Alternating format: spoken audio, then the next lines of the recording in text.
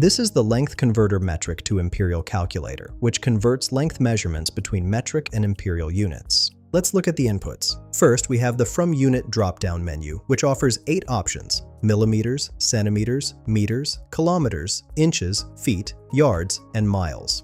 For this demonstration, I'm selecting millimeters. Below that is the value to convert input field where you enter your length value.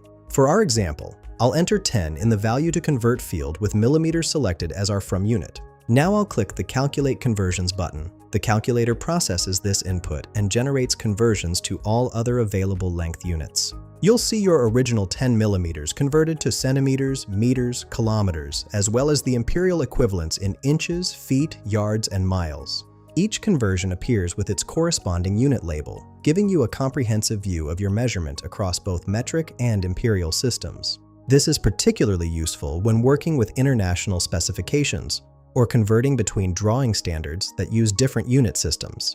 Find the link in the description below